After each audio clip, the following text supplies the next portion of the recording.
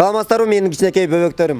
Сиздерди көргөнгө аябай ашыгып калдым. Биз өткөн сапар көлгө шашып келдик элек. Бүгүн дагы кайрадан келип калдык. Себеби бул жакта биздин мыкты досубуз Комуз менен өзүнүн ырларын жакшы кылып бизге аткарып берем деп чакырып жаткан учуру. Ал эми сиздер дагы кайсыл областтан болбосун бизди конокко чакырып, өзүмдүн талантымды тартуулайм десеңиз, биз сиздерге шашылган бойдон сөзсүз барабыз.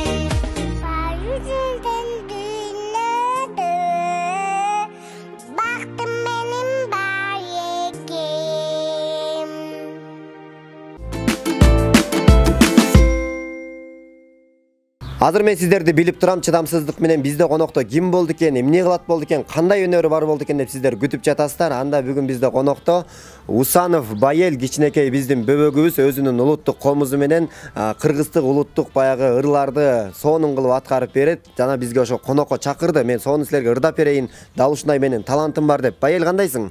Жакшы. Маанай жакшыбы? Кандай келип алдың? Жакшы келдим. Мен азыр сага карасам маанайың жоктой. Бир нерсе болдубу? Жок. Сонун бар, Анда биринчи сен биякта достор сени ашыга күтүп атат да, ким болду экен, Байел каяктан, канчанчы класс болду экен, эмне өнөрү бар болду экен деп өзүң жөнүндө толугураак айтып бересиңби? Ооба, айтып берем. Мен 5-чи класска көчүп атам. 2013-жылкымын. Корумда айылында жашайм. 4 бир тууганмын. 2 сестренкам, 1 байкем бар. Ошол байкелерим менен, тайнемдер менен турам. Өтө жакшы. Сенин ошол сенден башка үйдөгү байке бир туугандарыңды ырдайбы же өзгөчөлөнүп сен эле жалгыз ырдайсың ба? Мен ырдайм, тайнем да ырдайт, мамам да ырдайт, сестренкам да бийлейт да. Мындай бир сиз арукеден сестренкам мындай бийлеп эметет, Айбике болсо мындай ырдап эметет да, ырга кызыгат да. Силер ошондо үй бүлөңөр менен ырчы турбайсыңарбы? Силер анда баарыңар чогулуп тойго чыгышыңар керек экен, э? Молодец. Дагы эмне өнөрлөрүң бар дегеле ырдагандан тышкары? Эмнеге кызыгасың? Мен спортторго кызыгам. Баскетболго, волейболго, футболго көбүнчө кызыгам. Волейбол экөөнө. Ошол футболдо ойнойм. Ошол. Ал эми сен өзүң качан ушу комуз үйрөнгүң келип, мен комуз чертким келет, комуз черте алат окшойму деп ушул таланттарың каяктан байкадың, кантип билдиң? Жана деги эле комузга ким берди сени? Мени апам берген. Комузга кызыгып, чертким келип ырдай берем да, үйгө кишилер келгенде апам ырдатып эметет да. Ырдап эметип эле комузга кызыгам, баласынан эмелерден көрөм да, комуз эмелердичи. Ошол. Ошо комуз жакка тапшыргам. Молодец. Демек, апаң сага тапшырганга колдоо көргөздү, э? Апаң андай бир ыраазычылык билдирип, ушул дал ушу камераны карап туруп, апа сизге рахмат, мени дал ушундай комузга тапшырып, сиздин аркаңызда мен 7-чи каналга келип дал ушундай интервью берип отурам деп бир жакшы каалоо тилек, ыраазычылык айтып койчу. Апа рахмат, сиз мени болсо мындай комузга тапшырып, мындай ыр жакка жакындатып, өзүмдүн каалоому мындай жакындатып эметкениңизге чоң рахмат. Сизге мындай чоң рахмат айтам. Ошол. Ушунча болду эми сен моякта канча көрүүчүлөр көрүп атат, досторубуз күтүп атат. Сен комузуңду колго алдагы жакшы бир шиңгилден таштап бир жакшы чыгарма аткарып бересиңби? Кайсылардан аткарып бересиң? Аталышын айтып, кандай ыр? Сизге деген ырды эметип берем. Кичинекей кезимде кызыкчумун да. Анан музыкальныйда эжейим ошол ырды болсо мындай комузга эметип берди да. Комузга салып берди. Комузга салып берди. Баштай берем бекел.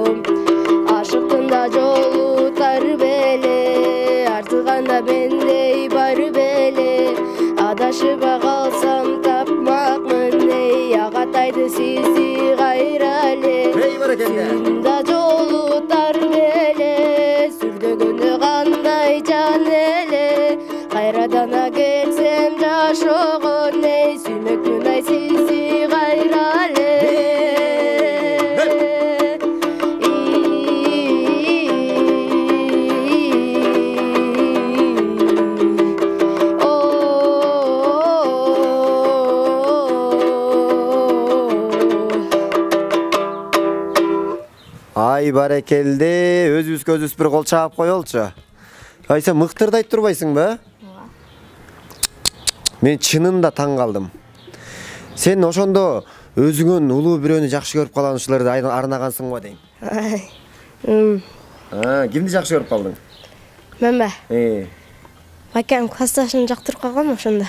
Уй атаң көр, Байкем классташын жакшы көрүп калдыңбы? Анан? Ошол эже менен жүрүп эметкем, байкемдер менен чогуу эле. Ошол. Анан ал кыз кетип калдыбы? Жок. Мен менен окуйт эмеде. Комузда мен менен чогуу окуйт. Анан ошондо бири-бириңерди таптыңарбы? Ооба. Азыр бактылуусуңарбы? Ой. Сонун экен, молодец. Менин башыма мындай сүйүү келелик, сен ушундай сүйөт турбайсыңбы? Кичинекей болуп алып. Качан үйлөнөйүн деп атасың? Менби. Үйлөнгөндө азыр эмет элекмин, азыр эми окуу жайга тапшырып эметем азыр. Жакшы, окуу жай бүтө бермей эле үйлөнчүдөй экенсиң бирок, а? Окуу жайды бүтүп иштеп эметем. Ушул комуз боюнча бир жерлерге чакыртуулар болуп, орундарды алып, фестивалдарга катышкан, көчмөндөр оюндарына комузчуларды чакырат, колдоп коштошун. Ошондой жерлерге барган учурлар болдубу? Болду. Көп жерлерге эле бардым, мындай. көп бир мындай эмелерге эле бардым, концерттерге, мындай конкурска бараттым да. Жакшы. Ошол жактан бир эмелер барбы? Бир орундарды алып келген, грамота, сыйлыктарың? Чоң мындай ийгиликтерди мындай багындарган эмелерим бар. Көптөгөн дагы мындай чет өлкөлөргө мындай барып эметким келет да, мындай катышып концерттерге, конкурстаргачы. Анан мындай чет өлкөгө да барганда мындай өзүм жаныма бирөөнү алгым келет да. Чогуу барып мындай. Жок, апамды, байкемди алгым келет да жаныма. Алар сени колдоп, кыйкырып, Байел деп турушчун, а? Молодец. Байел, анан мен сага мындай суроо берейин. Ар бир адамдын өзүнүн кумири бар, бирөөнү кумир тутат. Футболчуну, а сен комустан бир улуу акындарданбы, ырчыларданбы бирөөнү мен дал ушул агадай ырчы болгум келет, дал ушундай комуз чертким келет деп бирөөнү кумир тутасыңбы өзүңө? Ооба. Токтогул Сатылгановтой болгум келет да, мындай көп эмелерди чыгарат да. Ырларды Токтогул Сатылганов атабыздай болгум келет, а? Байел, баягы сен айтып калбадыңбы? Мен келечекте баягы Токтогул Сатылганов атабыздай болгум келет, ошол адамды өзүмө бир үлгү катары тутам депчи. Анан Токтогул Сатылганов атабыз көп күүлөрдү, ырларды чыгарган да, сен ушу күүлөрдөн билесиңби? Деги эле башка күү болсо деле. Ооба, чертип берем азыр. Алтын балалык күнү. Өтө жакшы. Мынакей, урматтуу достор, кичинекей бөбөктөр өзү кичинекей болсо дагы комуздун баягы кылын ары бери ойнотуп, мыкты бир баягы күүлөрдү бизге тартуулап жаткан Байел азыр болсо бизге алтын балалык деген күүнү тартуулап берем дейт. Анда биргеликте назар салалы.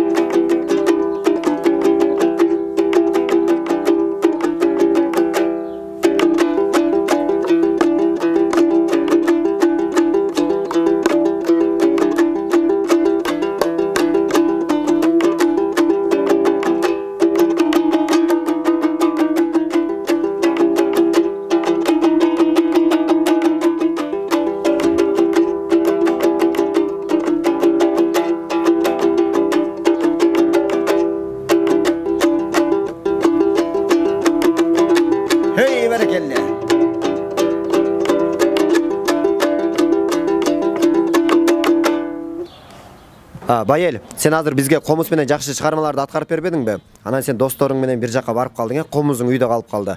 Эгер сен комузуң жок, ырдап берчи десе ырдай аласыңбы? Ооба, ырдай алам. Анда мага ошондой жакшы бир чыгарма аткарып бербейсиңби? Арсен Темирхандын ырын аткарып берейин ошо. Мына көрдүңөрбү достор, мен комузум жок дагы ар жерде, каалаган жерде ырдай берем. Азыр болсо Арсен Темирхандын кайсы чыгармасын дедиң? Эске түштү. Эске түштү баягы күндөр дейт. Байелдин аткаруусунда кабыл алыңыздар. Эске түштү баягы күндөр. Эске түштү баягы түндөр. Самайыңдан сылап карындаш, шыбырашып сүйлөшкөн күндөр. Шыбырашып сүйлөшкөн күндөр. Суктанып мен сага бүтпөдүм. Жүрөгүмдүн эсиң күткөнүм. Өзүң болдуң кантем карындаш. Эми сендей мага табылбас. Жан дүйнөмө сендей табылбас. Ошагына чейин билем. Ошагына чейин билет турбайсың. Молодец, колду берчи, сен өтө кыйын бала экенсиң. Сен комуз жок деле сонун ырдайт турбайсың. Эми жакында баягы комуздан башка аккордеон же башка бир музыкалный аспаптарды үйрөнөйүн деп кызыккан ойлор барбы? Аккордеондон бир Конь деген ырды билем да. Ошону ырдайм да. Агайым менен агайым чертет. Анан агайым буйрса мага да берет ошо аккордеонду. Агайыңа дагы бир салам жолдоп кетпейсиңби? Аты жөнүн айтып, сен ошентип үйрөтүп, тарбиялап жаткандан кийин ар бир жерде ыраазычылык билдирип жүргөн жакшы болот, а? Мен өзүм агайым аты Артем, ошо Артем агайыма мындай чоң рахмат айтам да. Анткени Артем агайым мага болсо 1-классымдан бери сабак берет да, мындай аккордеон менен ырдатып, мындай музыканияда сөт өчүп калгандымда аккордеон менен берке ырлардын эмесин табат да. Мындай ноталарын табып туруп, ошол ырды, слух менен табып туруп, ошону чертип баштаганда мен ырдайм да, ошо агайыма чоң рахмат айтам да. Ошондо Айрчом деген кыргыздардын аты бар болду, жокко дейм, Орус агай. Орус улутунанбы? Анда орусча айтып коесуңбу? Байел, биздин эфирге келип бергениңе сага чоң рахмат. Дал ушундай эфирге келип, жакшы бир өзүңдүн талантыңды тартуулап бердиң. Дагы да токтобо, алдыга өсө бер, ийгиликтерди жарата бер. Кыргызстандын эмгек сиңирген артисти деген наамга чейин жет. Ал эми азыр сага каалоо тилекке сөз берели, өзүңдүн үй бүлөңө, досторуңа салам жолдосоң болот.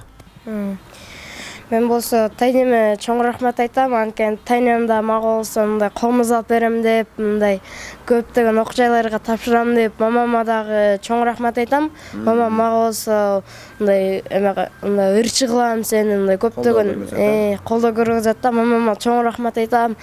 Байкалеримге дагы чоң рахмат айтам. Байкам мага болсо мындай жардам берип турат да, байкамчы. Нотаны жерге кое албаганда мындай байкам отуруп туруп кармап берет да, мен нотаны жаңы карап черте берем. Сестренкам дагы мен чертип атканда келип, мындай билейт да, алдыма туруп билеп эметет да. Ошол мен комуз чертип эметип атканда билейт. Ошол байкалериме, тайжелериме Дегеле тууган уруктун баардыгына салам жолдоп бересиз. Салам жолдойм ката. Сага чоң рахмат, Байел, келип берген иштериңе ийгилик болсо. Мынакей урматтуу достор, биздин кичинекей досубуз Байел комузун колуна алып келип бизге эң сонун чыгармаларын тартуулап кетти. Эгер сиздердин дагы дал ушундай талантыңыздар боло турган болсо, биздин дал ушул көргөзүлгөн номерлерге байланышып, же сиздер үйүңүздөргө конокко чакырсаңыздар, биз сиздерди кубануу менен барып, чоң экранга алып чыкканга, колдоо көргөзгөнгө аракет кылабыз. Ал эми биз баарыбыз көптөн күткөн алдыда азыр Роза апанын жомогу күтүп турат. Биргеликте барып баарыбыз Роза апанын жомогун көрөлү дагы, андан кийин эфирибизди улантабыз.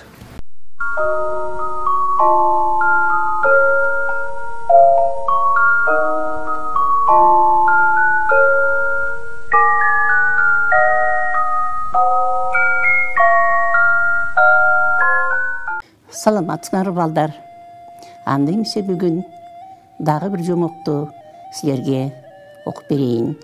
Ошон үчүн экранга жакын келип, мен жомогумду тынчтанып уккыла. Бүгүнкү жомогубуздун аты Акылдын шарапаты дейт. Илгери башынан кары кетпеген, чокулары асман тиреген бийик тоолордун арасында бир эле айыл жашаптыр.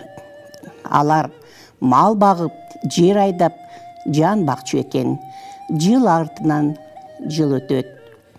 Тып эткен тамчы тамбай, булактардын көзү соолуп, дайралар какыраган сайга айланып, жерге жарылып, чөп чыкпай, жуттан мал кырылып, өтпөгөн соң апат башталыптыр. Туяктуунун баары кырылып, элдин азыгы азайгандан азая берет. Көз ачып жумгуча кылычын жалаңдаткан кыш кириптир. Эл ачарчылыктан алсырагандан алсырайт.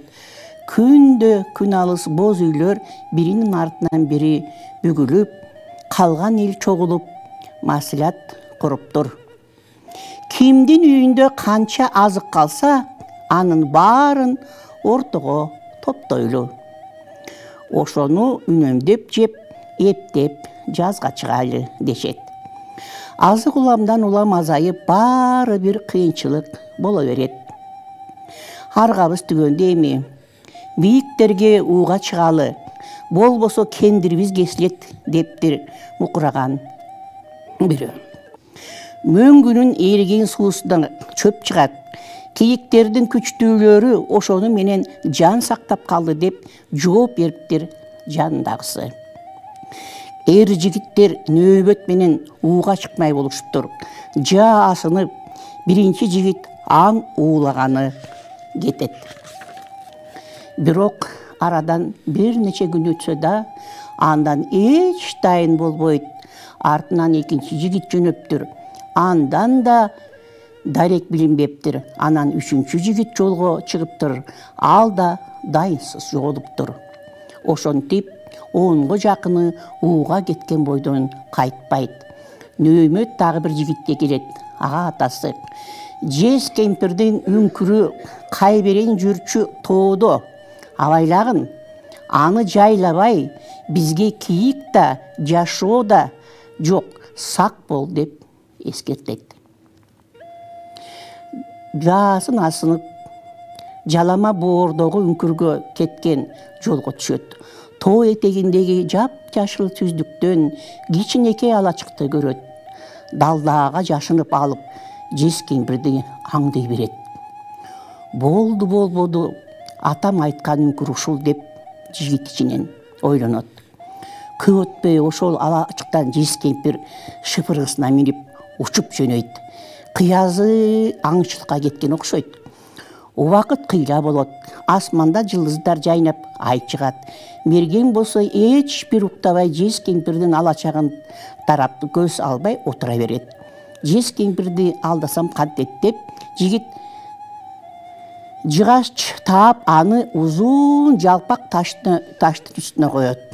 Чапанын, шымын, чокоюн ага жаап, адамдын башындай ташка тебетейин кийгизет. Анан бир маалда шыпыргысын калтырып, бутунун учу менен баскан жез кемпир ачуу чаңырыгы жаткан адамды тамактан алат. Дал ушул учурда мергенчик атып жиберет. Жез кемпир аска жаңырта бир чаңырып чалкасынан кулайт. Мына көрдүңөр балдар, баланын кандай акылдуу экенин. Силер да ушу балага окшогон акылдуу, сабырдуу, жакшынакай бала болуп чоңойгула. Ушуну менен бүгүн жомогубузду аяктайбыз. Эмдиги көрүшкөнчө сак саламатта калгыла.